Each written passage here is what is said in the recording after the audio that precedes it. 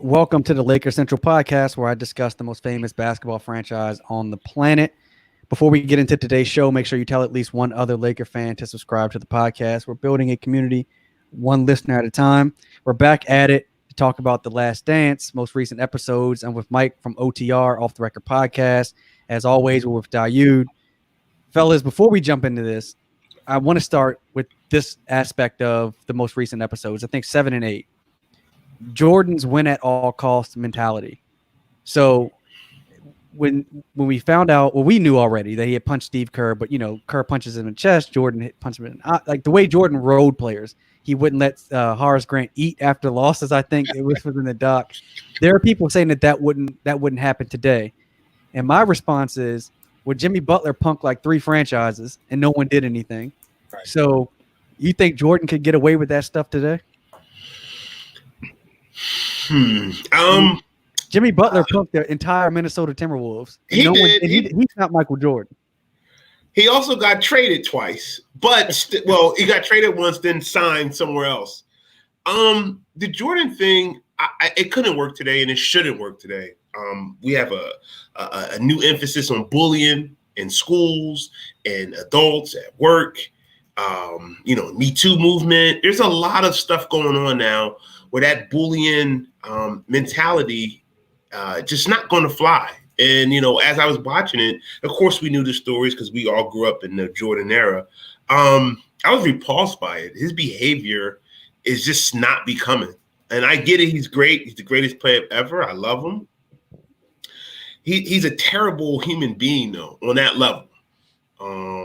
He doesn't give props where props is due.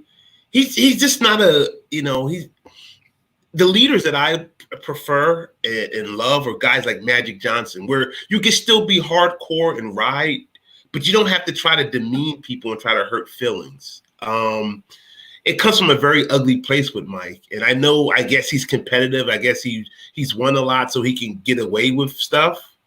But someone would have pulled up on him. I personally think.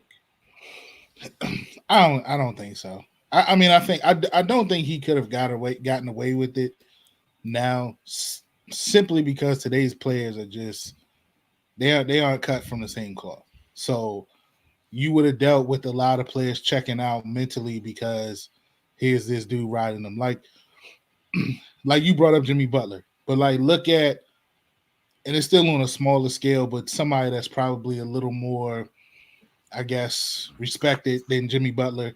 Look at Chris Paul. The stories you hear about Chris Paul being hard on his teammates and how that ends up causing friction in that locker room. From that standpoint, it wouldn't work. But I wouldn't call him a horrible human being. I've said since we've been doing this series and following this doc that you have to be a certain type of crazy to think and have that mentality. So obviously it comes off that way, but I do think he gave his props, and I think he meant well with what he was doing. And the number one thing that he said was, I never asked anybody to do anything that I wasn't going to do. Right. And I think that's the true statement of a leader. It's one thing to be on players about doing certain things and then you're not practicing what you preach. You know what I mean? And I think ultimately that's what led to the Scott Burrells and the Will Perdue's and the Steve Kerrs and those guys respecting them. Because even you look at Will Perdue, you could tell Will Perdue has an issue with Mike. But at the end of the day, he still says, he was a great teammate from what his goals were. And that was to win championships. He called him a jerk and everything, but he was but when it came down to what we set out to do, he was a great teammate. And I think those guys respected that just because of they won. So he made a lot of money. Yes. He made a lot of money, and they still getting pressed now 20, 30 years later. But your whole base is he won. That makes it okay. So you got to be careful with that mentality because, there's plenty of evil people throughout history that have been successful to an extent and done terrible things. Does that make okay? Yeah, but see, I think so. We're talking about terrible things within the context of sports, and so he didn't kill anybody. He did, you know what I'm saying? Like nobody died. He punched someone in the face. Well, Kerr punched him first. Steve Kerr is 6'1", 180 well, pounds. listen, so see, here's my point with Jordan. Like, I think it was in Kobe's episode 5. Like, Mike told him when Kobe was dealing with him and Shaq having different ideologies on how to approach winning. Mike told him, no one's going to judge everybody else's legacy. They're going to judge yours. And so I see from that perspective with Michael Jordan saying, okay, there's 10, 15 other players on this roster.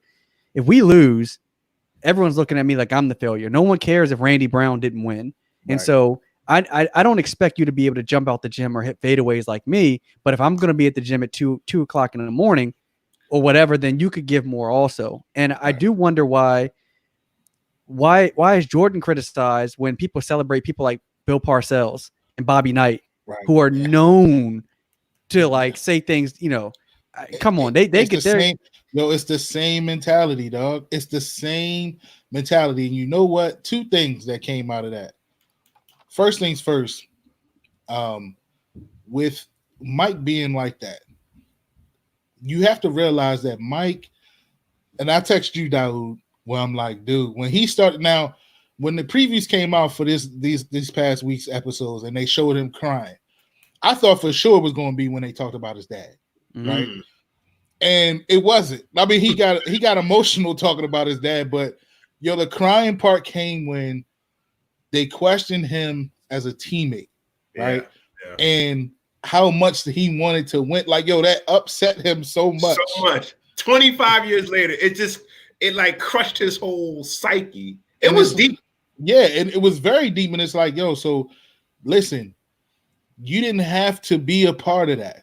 If I'm wrong for pushing you to be great, then hey, you don't need to be a part of this. But another thing I took from that as well. Oh, and then to continue that point, I think Mike took it that personal because he built that. Like, people tend to forget the early years when he came in and they were shitty, where they were college teams, 6th, 7th, and 8th seeds. Yeah, there were college teams when he first came in that were said to be better than that Bulls franchise. Yeah. Yep. So he mentioned that too in the doc. Like, he really, like, when the Steve Kerrs and them came in, and that's why he was upset with them, because he was like, Phil, you're protecting these dudes, and they coming in here because we won chips, but they ain't a part of this. They haven't won nothing yet. So it's like, so it's like, it was his baby. I built this. You know what I mean? But to further on, my main point that I took from this is, and it's perfect, the perfect platform being on Lakers Central. I hope when the Kobe doc drops that people don't get in their fit, because you're going to see the same thing. Kobe rode his teammates the same way. So I hope that they don't. No. Yes, he did. That's why you seen the video. He's hard. He's hard on his teammates, as most great players are. But Mike tried to. You didn't when he was calling Scott Burrell. Mike is an example of toxic masculinity. Nah, when he was calling Scott Burrell a hoe and all of that, you seen the clip of Kobe in practice when he was calling all them bitches, and you saw the room. Y'all heard the rumors from was it Smush or one of them that said, after a game or practice or whatever, he made all of them take a hoe. That was Nick Young said he made him take all. Yeah, he made all of Kobe them sneakers off. Like, it's along the same line, Joe. You have to be that great at something. You have to have that in you. And you brought up Magic Johnson. I'm sure Magic was the same way, but I think Magic's situation was a little different. Magic came into a situation where it was ready-made. He had greats on the team. Not taking anything away from him, but he didn't have to be that. But once it was time for Magic to take over, I'm sure Magic rode those dudes like that. You saw in the Dream Team practice how he was. I'm sure that just didn't happen in that practice. Yeah, right. True. No doubt. I think it's important for everybody that watches the doc to remember, one, this was the 90s. So mentality was different back then. Two, there's two ways to skin a cat, or so they say. I don't know. I don't like cats, but that's what they say. And so like Magic did it while smiling on the court, right? Mhm. I'm sure behind the scenes, I'm sure there were days when he got in people's ass, but Magic smiled. Jordan didn't. Kobe scowled. Like their approaches to the game was different ultimately, but they all of them wanted to win at the highest stakes of the game. And I think, I mean, look, man, if you're a part of a team and you're, whether it's a sports team, an office environment, whatever it is, and you know that basically if things fail, it's all on you, no matter if it wasn't all your fault. Mhm. I understand why someone like Mike had that mentality, but I also wonder, like, okay, if he didn't let Horace Grant eat after a loss, well, that's on Horace Grant to check Michael Jordan, right? I agree with that. Like, you can't come out 30 years later and be like, well, this is how he treated us. Like, you all are grown men too. So, you can't hide behind the 90s were a tough era, but then in practice, we find out that they were being punked by a dude that's not the biggest guy on the team either. Yeah. Like, I mean, but the notion that it couldn't happen today, I mean, sure, players might get traded if they act like Michael Jordan did, but Chris Paul was known for riding players.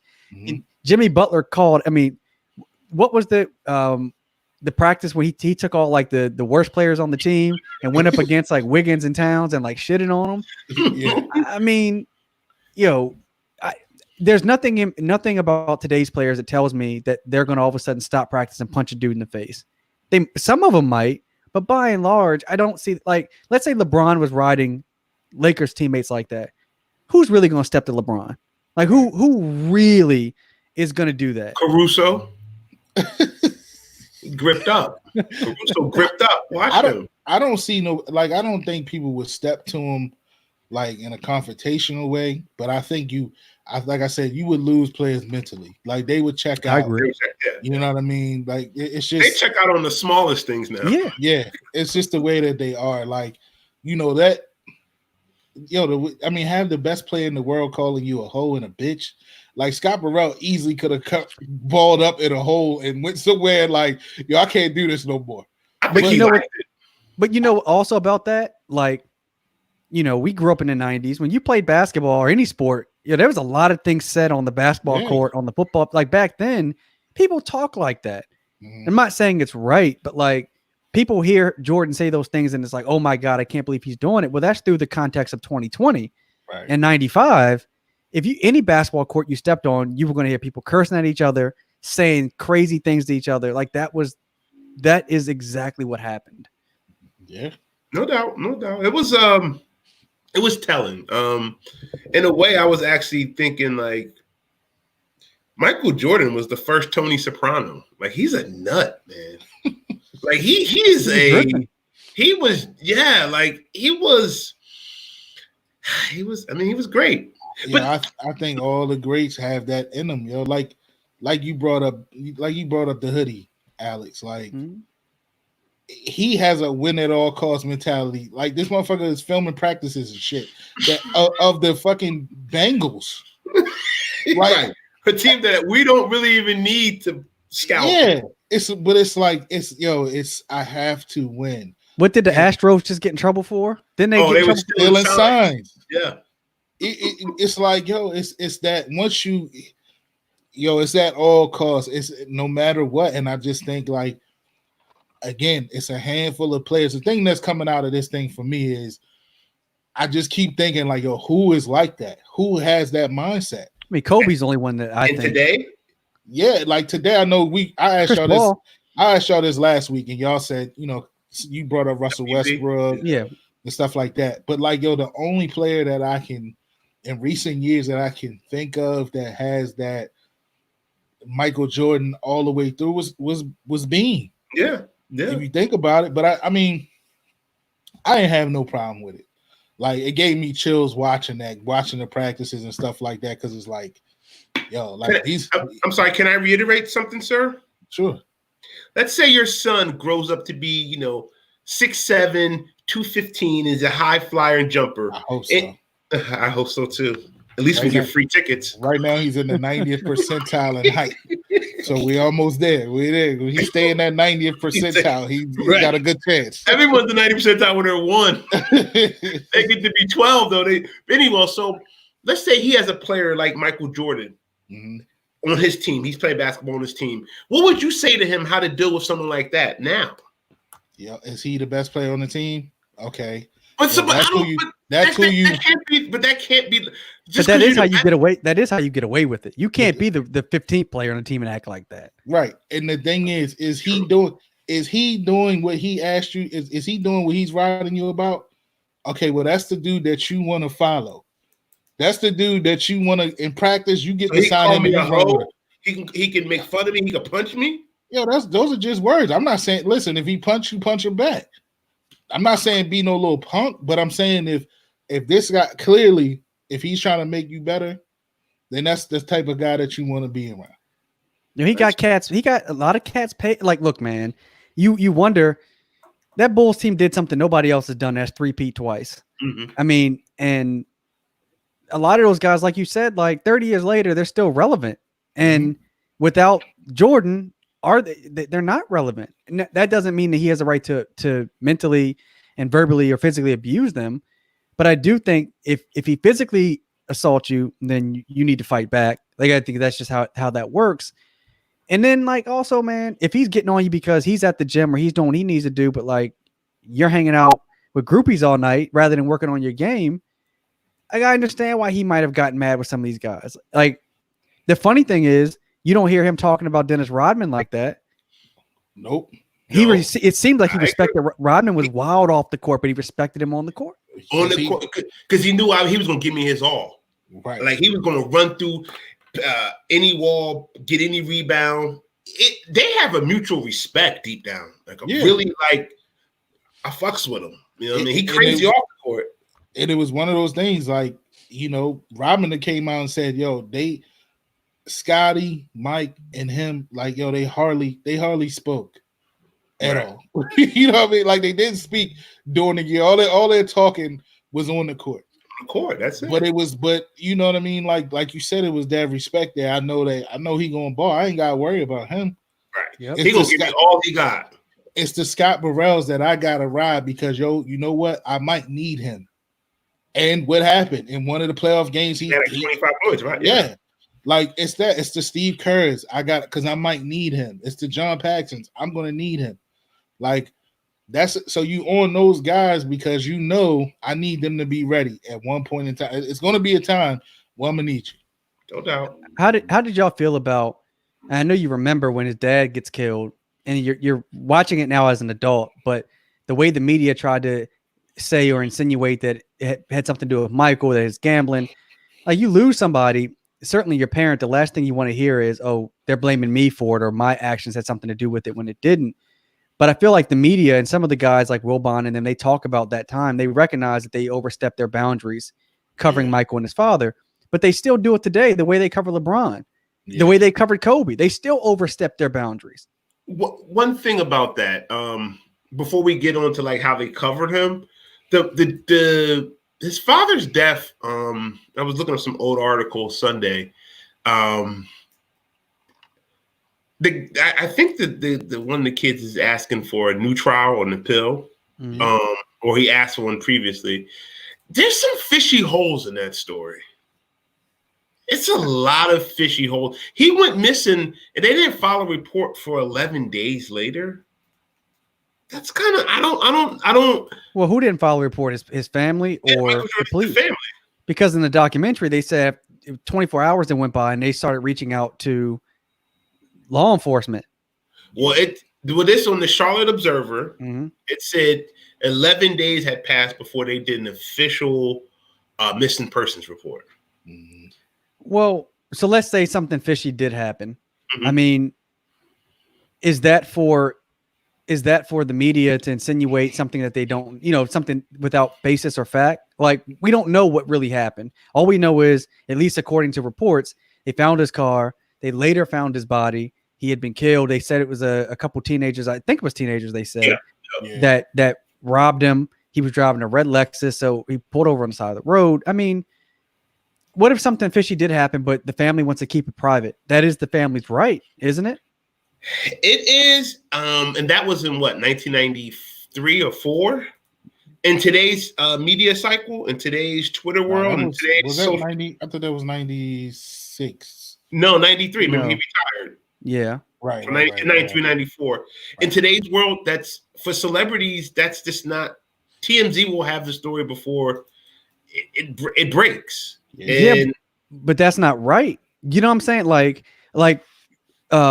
Vanessa Bryant is suing the LA County Sheriff's Department because of those 8 sheriffs that took photos of Kobe's body and those other people's bodies that died and then started showing people. And like, that's sick. That's morbid. yeah, I mean, That's they go too far to get a story. Yeah.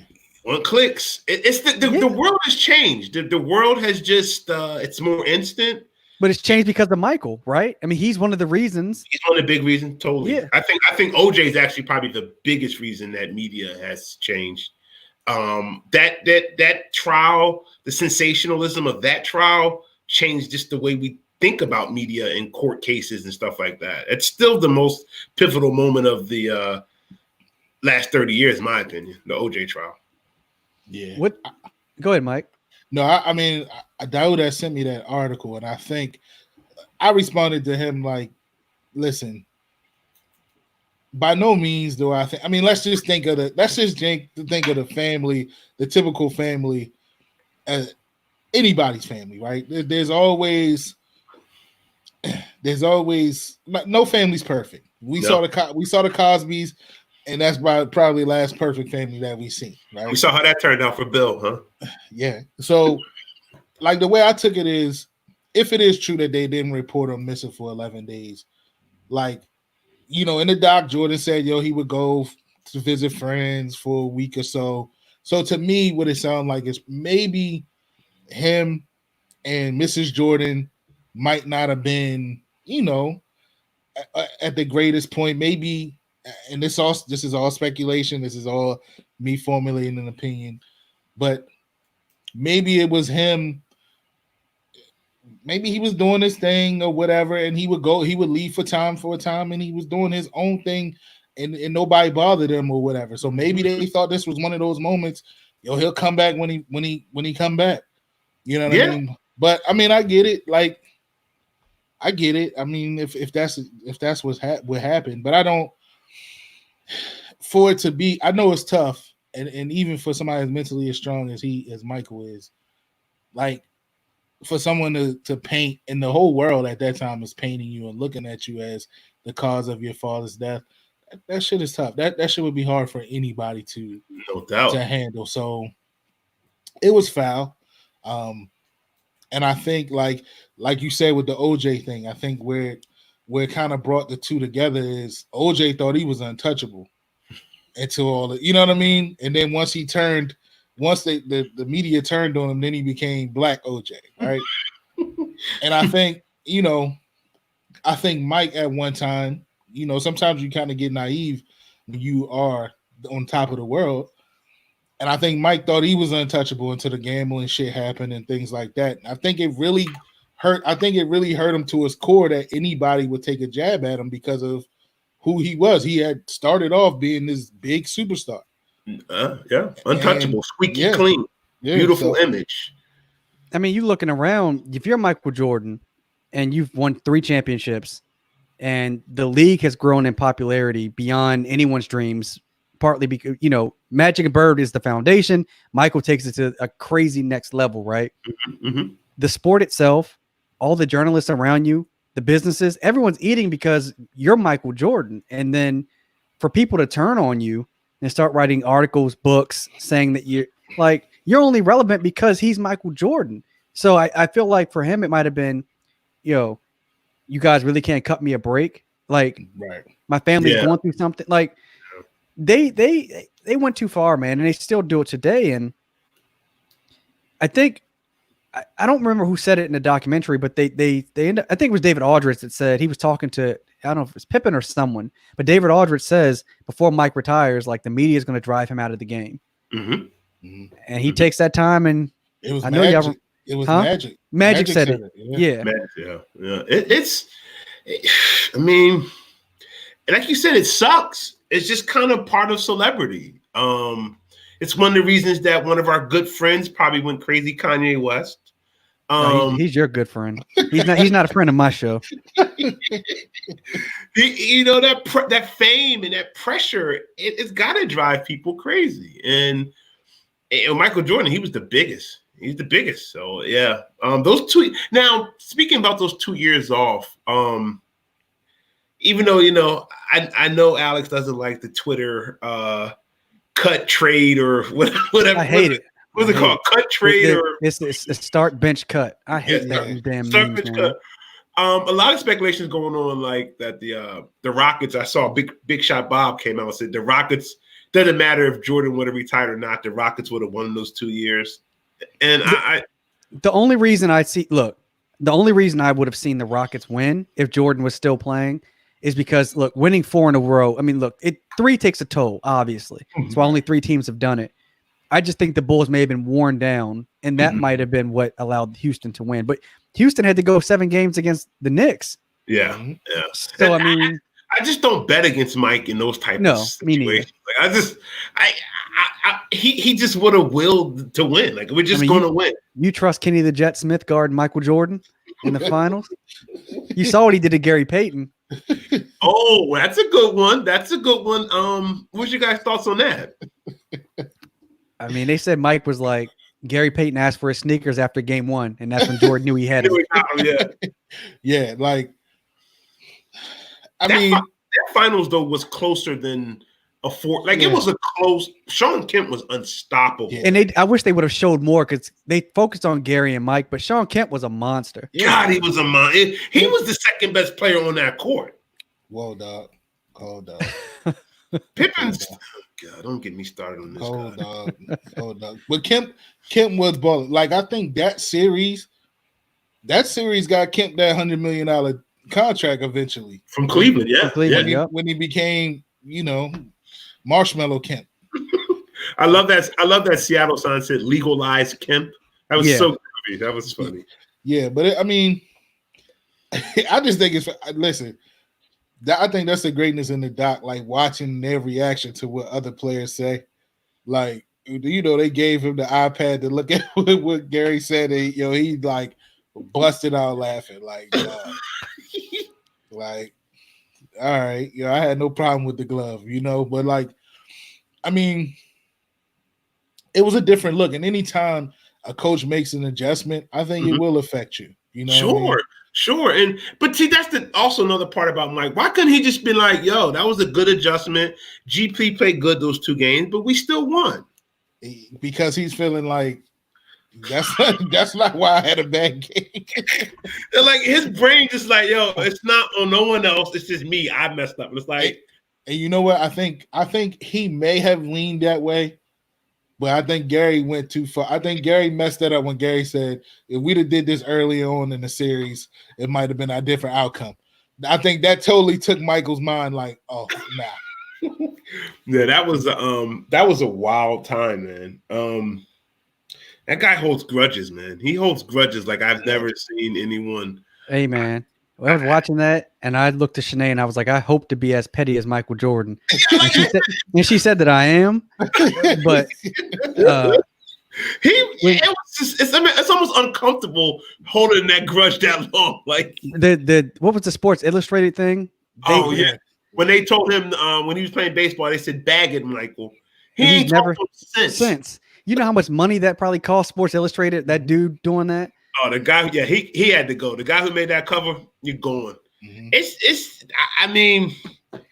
I think that's what makes him to be able to it does make him crazy, but I think, again, that's the one thing that's been sticking out, or one of the many things that's been sticking out to me in this documentary. Like the ability to take something like, look at the LeBradford Smith story. He made it up. Yeah. And like that's been lore in the area that we live in. Right? I was about to say that's in our little area in the DMV. When our dads used to take us to the cap center, The Caps, yeah, yeah. And we think in the Bullets are just terrible. They're probably honestly the top 3 worst franchise in NBA history. The Bradford Smith literally scored 37 points on Michael Jordan. Like that shit should be on his tombstone. Yeah, and I mean that's been lore here. You know what I mean? Like that's one of the greatest stories ever. It is. So I was so happy when David All just brought it up. But the fact that he made that up, like it just takes a different kind of dude to be able to channel something into busting somebody's ass. You know what I mean? Like even if I make it up and I know it's false. Right. Like your brain's like, yo. Yeah, I'm able to tell myself like, yo, nah, this dude disrespected me. So I'm able to turn that into the fuel to whip ass. And it's like, I just think that's special. Not many people have that. You know? I mean, he basically told himself was Bradford Smith walked up the court, slapped him on the ass like Dave Chappelle playing Prince, and said, "Good game." Like it never happened. It never. It's just weird. Like Bradford Smith, man. Anyway, so what did you guys think about when he came back after the baseball thing, and then that year that they lost to the Magic? What did you guys think about that? That killed him. It killed. It wasn't just. It really killed him, and that whack ass Nick Anderson really cost us the championship. like 45 ain't 23. Well, who the hell are you? Yeah. Like, I mean, but you see that, like that one, that almost cost you it. That statement. He said that, and then he came back, and what did he drop? 30 something. Yep. And like, look like that was dial up is acting up, but it's like no, so I'm good. But it's like, just little thing, any statement, the BJ Armstrong thing. He took that and made that into something like, I mean, he literally said, now I gotta kill this dude. Like I have to next game. And this is my boy. Yeah, like he barked at us on the bench. I gotta get him. You know what I mean? But I think that Magic, the Orlando Magic joint, him going out like that, getting stripped, that had to feel like a knife to the gut, yo. It had to feel like that for him. He probably should have waited until the next season to come back. Yeah. Like that's what he should have waited and got his body right, because baseball training and that is different from basketball training. I want to get to something because I'm sure Daryu's going to want to talk about this. So let's just jump to it. Scottie Pippen deciding not to go back in when Kukoc was up to take the game-winning shot and made the shot at that. And made it. Yeah, listen. I'm a Pippen fan. He's a great player, all time. He's probably the best on-ball defender I've ever seen. He's incredible. Long arms, quick. But as far as a person goes, and he's a whiny,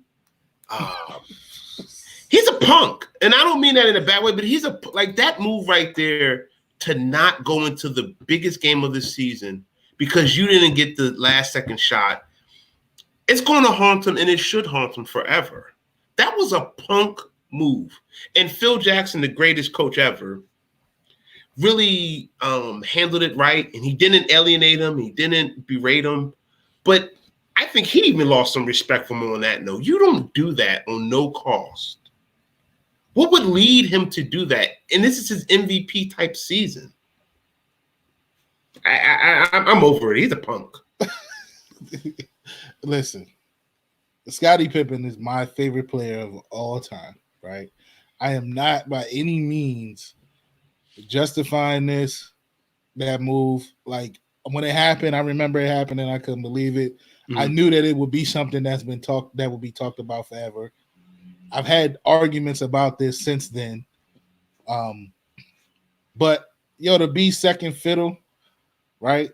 And it's now my time to be the man. And you in the biggest against our biggest rival and our biggest game without Mike. You call on this dude that's making more money that got, first of all, So it comes back to the money. That's what you go. That's what you would say. First of all, it's all ego, right? It's all ego. Like that play was an ego play. I am the man of this team, and you don't call on me for that. Mm-hmm. He took it as a disrespect. And it not only was a play, it wasn't drawn up for me, but it was drawn up for a dude who clearly the organization is showing that they care more about or have more interest in paying them more money than me and stuff like that. Like, yo, I think it's easier said for us to be like, yo, that shit's weak. But you have to factor in all of those things. Yeah, well, Tony also hit about 4 or 5 game winners that year. That's cool. He's a 6'11" left-handed player that can get off a shot easy because it's just not natural to block a left-handed person. That's cool. He hit that. He hit a lot of game winners, like you said. He did. But those weren't playoff games. This was a playoff game. This was make or break. You show your ass in the playoff game by not going in? Listen, like I said, I'm not justifying it, but I understand. I can understand somebody's thought process in that moment. Was it weak? Of sure. Should he have gone in? Of course. And I think he regrets that he didn't help himself by saying, "Yo, if it happened, I'd probably do it again." He didn't help himself. But I think he's a punk. He's a whiny little punk. I don't think that makes him a punk. I mean, I think that makes him somebody who waited his turn, and when it came down to money time, this organization been kicking me in the gut all this time. This was just one more gut punch at this moment. Like, yo, really, Phil? Like, first of all, I carried us here. We're here because of me, not Tony Kukoc. And that's fine. I get was for someone. He's a. Yeah, I'm just saying. I'm just saying. I can't believe you're justifying this. I'm not justifying it. I think it was wrong. I think it was wrong. You don't do that, right? And that's why he's not living it down now. But I do understand where his mindset could have been at that time. I do. Like, yo, I carried us here. I'm the reason that we're here. This dude is making more money than me. And you're going to give the last shot in this moment to him. That could have been my MVP sealing moment right there. I could have sealed the award right there. It's all about you. You're not a team player. No, but yo, I mean, it's not a team player. He's been second fiddle. He was second fiddle his entire career until then. He should be third after that. I mean, I'm actually surprised they talked about it in the doc. I didn't think they would. I thought they would avoid that. Yeah. The doc is funny. I'm not the way it's shot and the way it's edited. I'm not the biggest fan of it. But it touches on stuff that, like you said, like who knew that the Doug Collins, Phil Jackson thing? Like I didn't know that. You know what I mean? Like, right. Who knew Doug Collins knew like instantly? This guy's gonna take my job, and sure enough, he did. I had a quick question though for you fellas though. So let's move forward. So after the Pippen thing, after he quits on his team like a real punk, and then Mike comes back and they do the Orlando thing. 1996, that 72-10 team. Is that the greatest team ever? I think so. Why? Because they went 72-10? I've never seen a team, even the Golden State Warriors, 60. What were they? 60. No, they won 73-9. Yeah, 73-9 team. Even that team, it just didn't seem.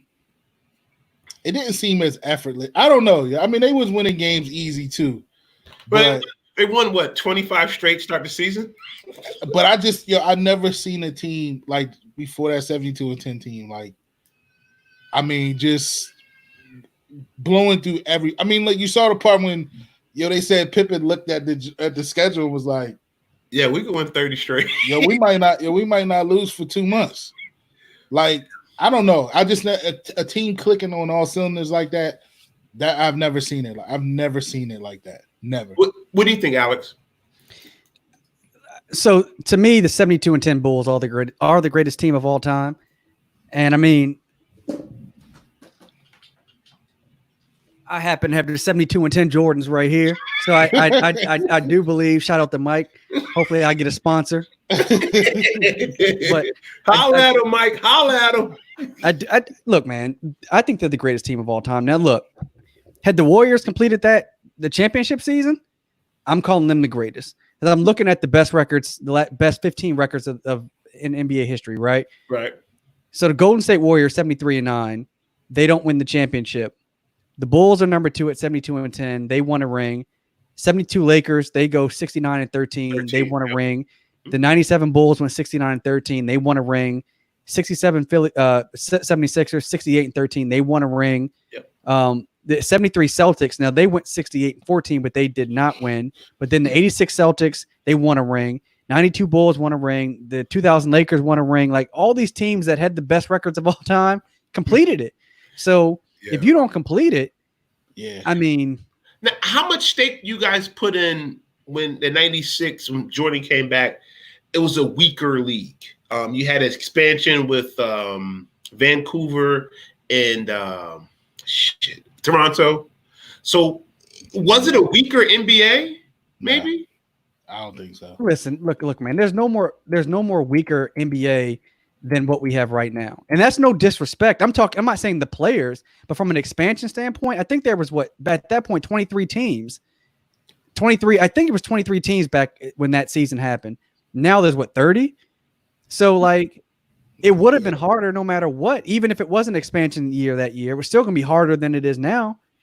I think it was more.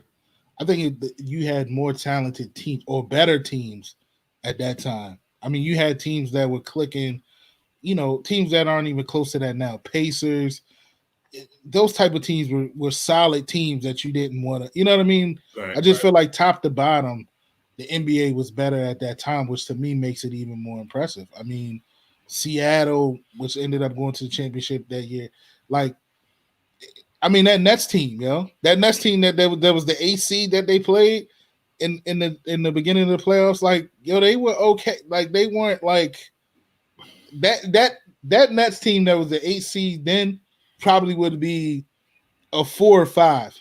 Right. You was a big Sherman Douglas fan, weren't you? I was a big Kerry Kittles. But like Baylor the Great just chimed in. That 73-9 Warriors team. Listen. I think they were incredible. They were great. I think they were the most talented team. And I don't think it was, like I said, top to bottom, team-wise, I don't think it was that many good teams at that time. Don't get me wrong. Like, it's still an amazing feat. You know what I mean? But I just think they were just the most talented team. You know what I mean? To bar none. I don't think the Bulls top to bottom, and I think that's what Baylor's point is, like, from 1 to 15 or 1 to 12, that Bulls team might not have been the most talented team. I totally agree. But the 73-9 Warriors, KD wasn't on that team. That's the year they lose, and they go get KD. So if you're telling me the 73-9 Warriors, which basically features Steph, Clay, and Draymond versus Jordan, Pippen, and Dennis, look, man, I got to go with the Bulls. I mean, if anything, Steph makes the Warriors go. I think with or without KD. I think he's the reason the Warriors do what the Warriors do. And if you tell me the Bulls can throw two of the greatest defenders of all time at Steph Curry at all times, I mean, then what? I mean, you could still put Ron Harper on Clay. No, he might not stop Clay, but he's big enough to give him some trouble. And Dennis Rodman is going to disrupt anything Draymond does. Yeah. So, I mean, that'd be a hell of a match. They get like 15 texts. Yeah. I mean, wow. I think the Bulls would have been just a tad bit too physical for that team if they ever matched up. I think that's probably would have won it. I mean, they were similar in defensive mentality. Like, that's another thing, like that Golden State team doesn't get credit for. Like, they strapped up. Yeah, strapped up. Yes, indeed. They played D. So that's, you can't really say that. I think it would have just came down to physicality at the end of the day. And that, but that was at the same time that Golden State team, you were looking at a team that was also clicking too. Like, I mean, like that Bulls team, they clicked, but that Golden State team was clicking as well. they were just coming into their, their own. It was Their just full power. Yeah, they started to realize we're the baddest MFers out here, and we just going to. I mean, like I said, they won 23 straight to start the season, or something crazy. That's when Luke Walton was coaching them, and he's actually leveraged that up to 2 jobs, and he's terrible, coach. he is terrible. Like he literally just gets off because he's Luke Walton. Look, man, that Bulls team. They're the greatest team of all time. And I mean, I can, I'm a Lakers fan, obviously. I'd love to go with one of the Lakers teams.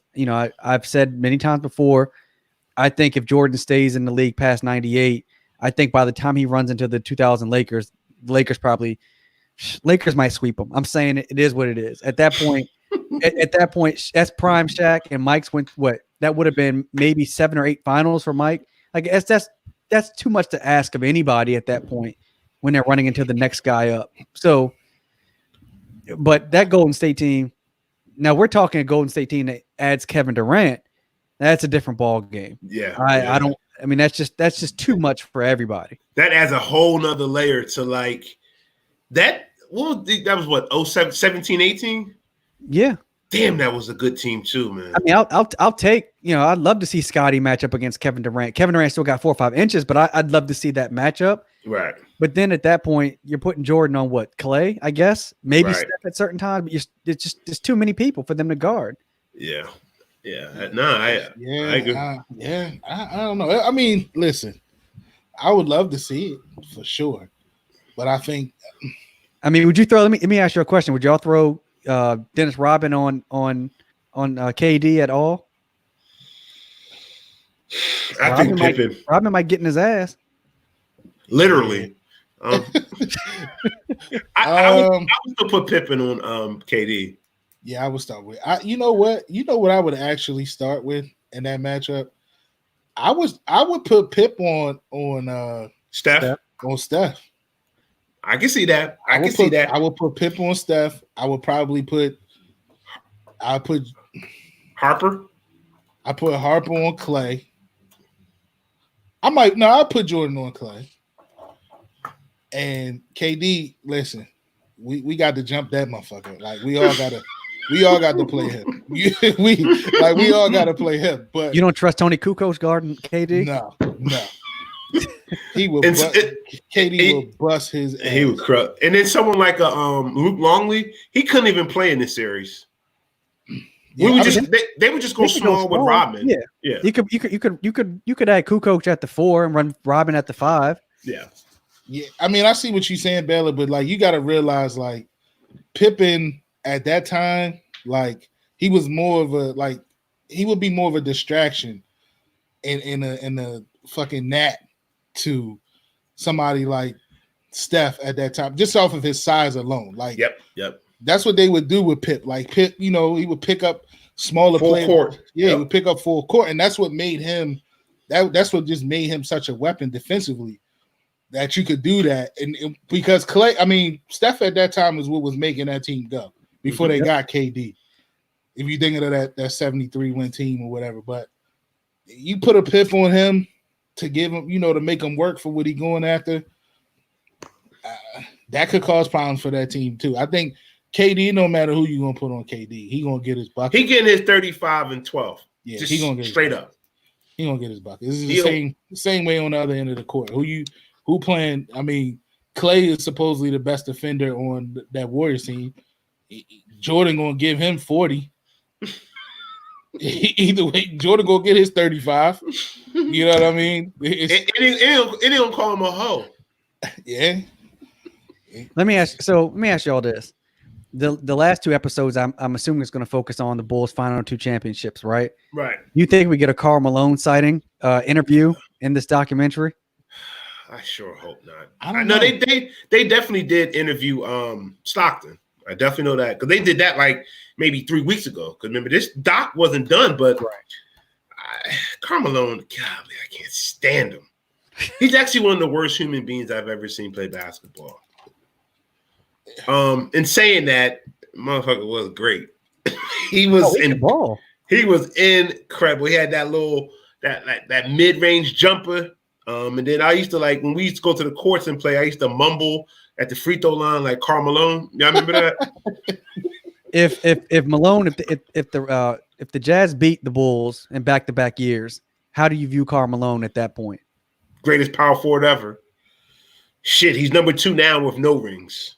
You know, Number 2 behind who? Timmy. Yeah. You putting Malone over Chuck? Yes. Yep. For his longevity. Chuck was incredible. Chuck is probably my personally favorite power forward, but Malone is what the second all-time leading scorer. Yep. MVP. I just think his longevity aspect. Like he was still balling on 2004 when he was on the Lakers. Chuck got an MVP. Chuck has MVP too. I mean, they're both great. I just take Karl Malone for a longevity aspect.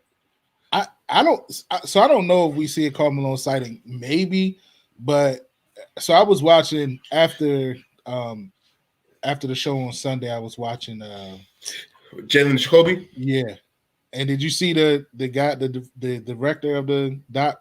Jordan Hire? No, I didn't watch it. I was watching Golden Girls. I bet. I know that he said that there will be some surprise appearances. He said that, but he said like one of the next 2 docs is going to really like hone in on Steve Kerr. Why? Yeah, like I don't know. But he said in the next one of the next 2 docs, you're going to see how tough he will. I guess. So Steve Kerr had a personal tragedy too in his family. I don't know if his dad. No, his dad. Okay, here's the backstory on that. His dad was an American ambassador to Tehran. That's Iran, or in Tehran. That's the city, and then Iran. So, and then apparently when it got crazy and he got shot. He died. He got assassinated, basically. So, but that's not part of the story. I think they're gonna touch on that. That's what he was saying. Okay, he wouldn't obviously give out.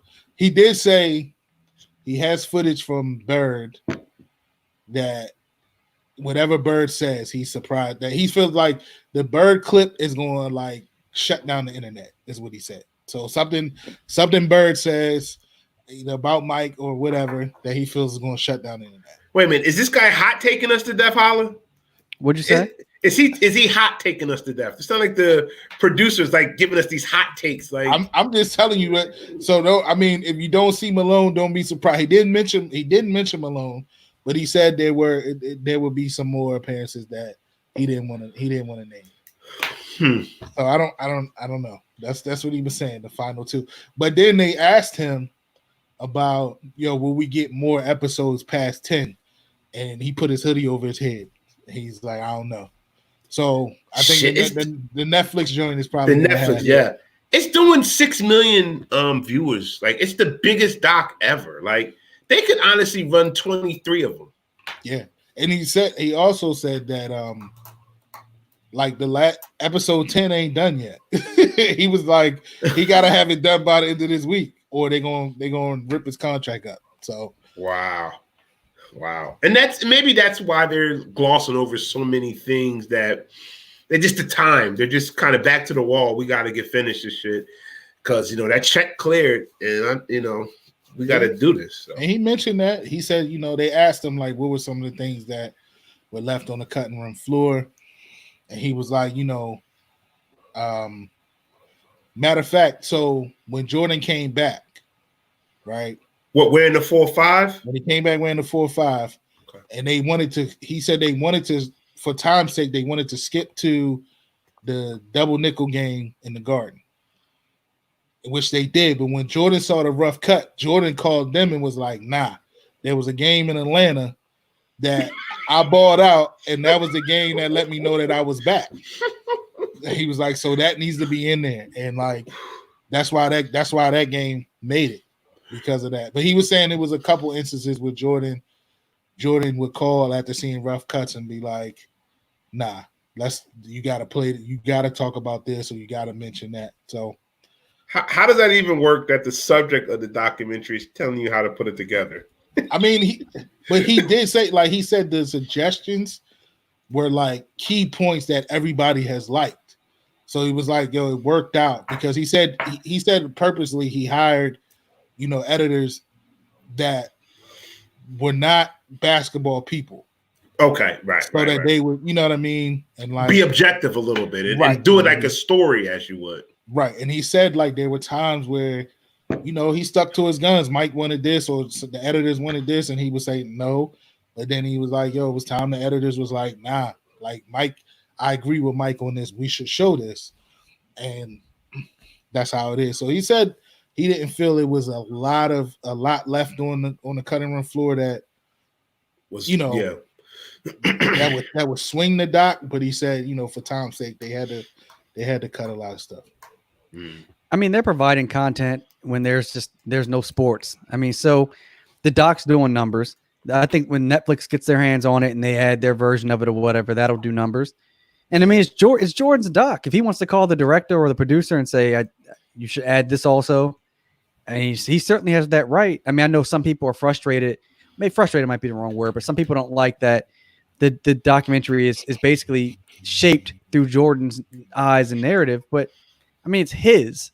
I mean, so I don't know. I mean, if you want to do your own doc, do your own doc. But it's his story to tell the way he wants it. That's why this footage stayed on lockdown all this time. And that's another thing that the director said. Like he was like, "Yo, that is false." He was like, "Yo, he did not control this thing." He was like, he was like, that's why I asked him the tough questions, like, about the gambling and stuff like that. He was like, if he controlled that, then that probably wouldn't be in this. You know what I mean? He was like, so he said the narrative that Jordan controlled this is totally wrong. So, I mean, he said that's why you had tough parts in there to ask and talk about, because otherwise then I'm sure it wouldn't be there. So I don't know. I mean, it's a very entertaining doc. The chatter is incredible. Like Alex said, there's no sports except Korean baseball, which is not that bad. If you want to wake up at 3 a.m. and watch, I mean, these guys choke up on the bat like they're bunting every time. Well, who am I? It's great entertainment. It's great because he's great. He is a mythical figure who's about as real as it gets. I mean, he's literally the only thing that's missing is we haven't seen not one picture of Juanita in it. Yeah, I actually thought that they might have her in there for certain things, but hey, I mean, Jordan probably don't want to give her any more money.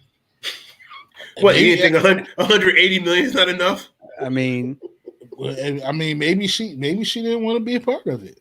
His kids aren't in it. I mean, there's I think a couple pictures of them when they're young, but not now at their age, they're in their 30s. None of the kids are in it, so I don't know. It's just amazing though. You would have a story about your life and your wife of 15 years, mother, my kids, wouldn't have a blip in it. That's just a little odd to me. But that kind of goes back on this guy's just maniac personality, which some people love. It's coming out when? How long has he been divorced now? About 10 so years? Probably 15 years. Yeah, probably 20, close to 20 years. Okay, so like. But this story goes back to 1984, 1982, 83, 88, 89, when I was a big part of your life. I'm the mother of your kids. We've been married for 15, 20 years. I don't get a blip. There's not even a blip. She wasn't with him shooting in the gym. She owned the gym. She owned it now. She owned it now.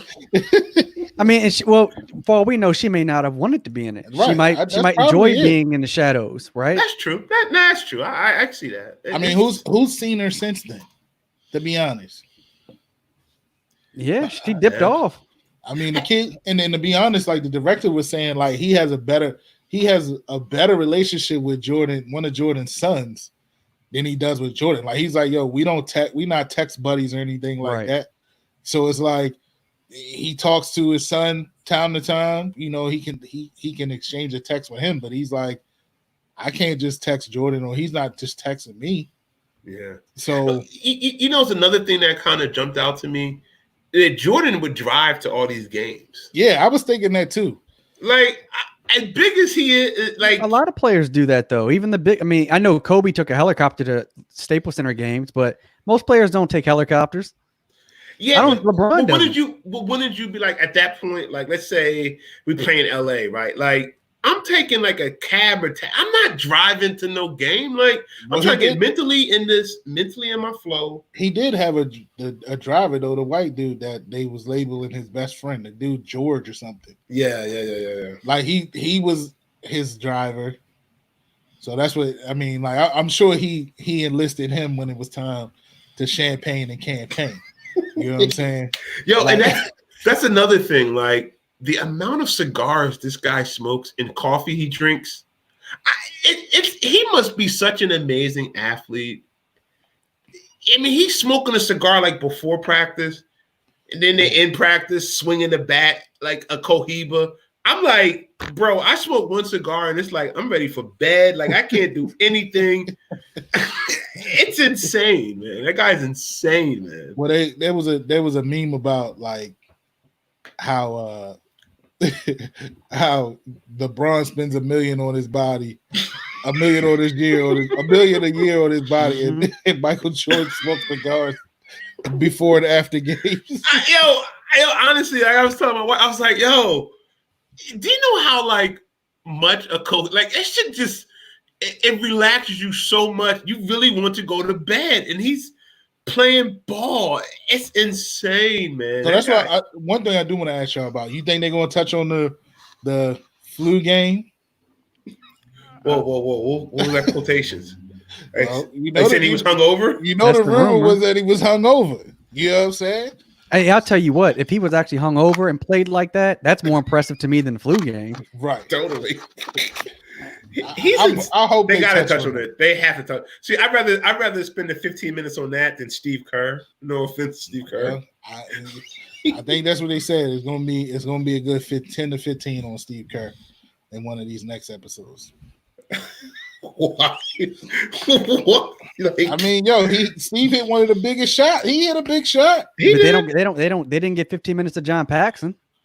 Right? Who really won them a championship? John got 6 minutes. He got about 6. He Kerr, been there forever too. Kerr's getting a lot of time because he's a big time coach now. Right. That's why they're using his. But I don't see the reason to have him in there more than what he. I understand an episode on Phil, obviously on Scotty, Dennis, even Tony, but like, come on. There's no reason for an episode or even a quarter of an episode on anybody else. Yes, I don't know. I hope it ain't one of those stretching moments. Like we got to stretch this out. So let me go ahead and let's talk about Steve. But I guess that answers why, because people was wondering why Steve was on. He was on the poster. Yeah, that was ridiculous. I guess that answers why. But nah, real talk. They said that his story is pretty deep with his dad and stuff that his family tragedy. So they say that his story is pretty deep. Yeah. Well, we'll jump back on when the final 2 episodes release. I am really curious to see how they handle the Jazz series and what comes out of that. And obviously, people are going to be talking about the push off on Byron Russell and all that stuff. I think Stockton is going to be in it because I did read an article where Stockton at first did not. He was reluctant, right? Yeah, because he said it was just a Michael Jordan fluff fest. So he didn't want to be a part of that. Hello, it's his documentary. Yo, but so I mean, let me ask y'all this before we go. Like, why? I mean, you think like people like hate him though? Like, you think they hate him? I mean, like Stockton didn't want to be a part of it because he thought it was a fluff fest. But like, does he not deserve it to be? Does he not deserve that? Do you think people hate him because of what he accomplished? And I'm sure he reminds them in any way that he can. He's a legitimate grade A. Listen, and I know I don't want to get too deep here, but there's a guy at 1600 Pennsylvania Avenue that people tend to hate, right? Because he's a legitimate asshole, right? He's stone cold. Michael, yeah, he's a stone cold asshole. Noticed by the press conference yesterday. China. Michael Jordan is the same vein, okay? And I know he's great. We love watching him play. He is a grade A, pure peak alpha asshole, just like that guy at 1600 Pennsylvania. Trump ain't no alpha. He's an alpha, bro. Let me tell you what.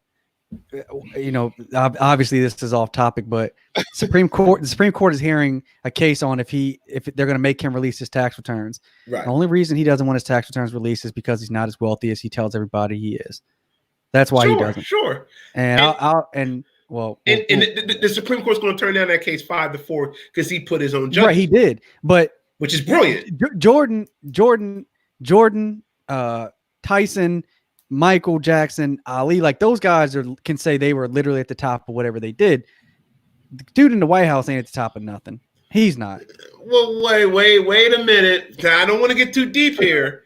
Okay, I don't want to get too deep here, but he first of all changed the face of he changed the way we think of politics. You agree that, right? Like moving forward, it's never going to go back to the old way, right?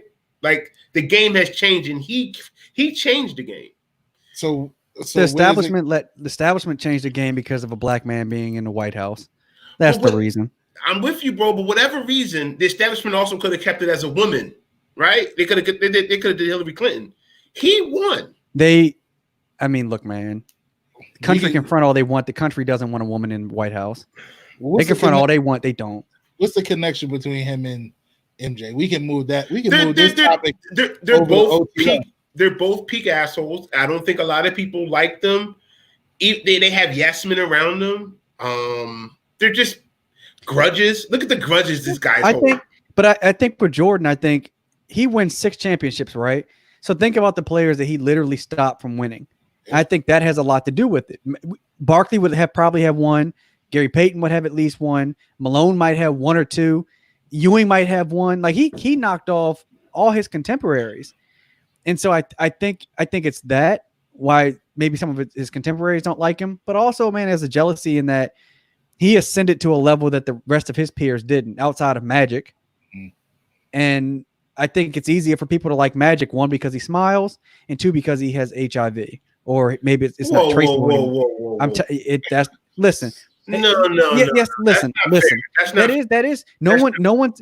When you're Magic Johnson was still a 5-time MVP, 5 times. Like the age thing took on a whole nother thing, and it's to the point now where people don't even know he has AIDS. They don't talk about it, but like people aren't going to go at Magic the same. Like if someone is ill or you think that they're ill, you're going to treat them differently. You do treat people differently, no matter how bad they are. You treat them differently when they're sick. But Magic's not an asshole like Mike. No, with AIDS or without AIDS. I don't think he's openly an asshole. What else do you want? I mean, he smiles. He's got a nice smile. Yeah, I think he's better. I think he might have been better at playing the game than Mike. Yeah, I think so. And Mike did okay in front of the camera. You know what I'm saying? But like, a lot of things we got to realize too. Like, a lot of things are coming out now. Like, we didn't know he treated Scott Burrell like a fucking. We didn't know he treated Scott Burrell like that. You know how that relationship was in trouble? He calls him Scott Burrell. He doesn't say, "Hey, Scott." Yeah, like his first name. I mean, I think I'm gonna keep hammering that, to be that great at something. You don't have to be a dick. You don't have to be a dick. You can be driven. You can be focused. You don't have to be a dick. Let's not. Are most alphas considered dicks or assholes? Yes or no? I'm not saying you have dickish tendencies. Yes or no? Yes, I agree. Yes. Okay, so everybody that we're talking about are alpha dogs. Magic, alpha. Mike, alpha. Chuck, alpha. Larry Bird, alpha. And don't think that Larry ain't have it in him either. Oh, no. Larry was an asshole. And one thing, I'm glad you just said that, Mike, because it reminded me of this. Barkley messes with him. Magic, he beat Magic in 91 fight. Magic messes with him. Bird still likes him. Like, so it's not like all these players that played when he played don't like him. Ewing messes with him. I think that, I think when you are cut from the same cloth and mentality, you respect it. Yes, you respect it, and I think that's That's a clear indication. I think to me, it's glaring that why would Mike and Kobe gravitate to each other? But why does it Mike and LeBron though? That's what I'm about to say. Because so you saying LeBron's not an alpha or doesn't have that killer? I'm not saying he's not an alpha, but I don't think he has that same alpha. I don't think he has that same killer mentality than Mike and then Kobe had. I don't. But it's also there's like a 25-year age difference. Yeah, I mean, you know what I'm saying? Like when Kobe came in, he literally played next to Jordan. Like that plays a huge part, but I just don't. I don't think that. I mean, like there's clearly. I'm not gonna say a rift between Mike and LeBron, but there's clearly something there where they're like. We just don't. We don't vibe. We don't. Yeah, and I mean, I'm sure LeBron kind of feels slighted on the like, yo, you ain't latch on to me, so I'm gonna show you. You know what I mean? I think that's LeBron's motivation. I just don't think that I don't think LeBron came up because early LeBron, even LeBron now, like Mike ain't gonna be slapping a whole bunch of handshakes and with everybody. Mike ain't gonna do that. Not in the age of Corona. You better not.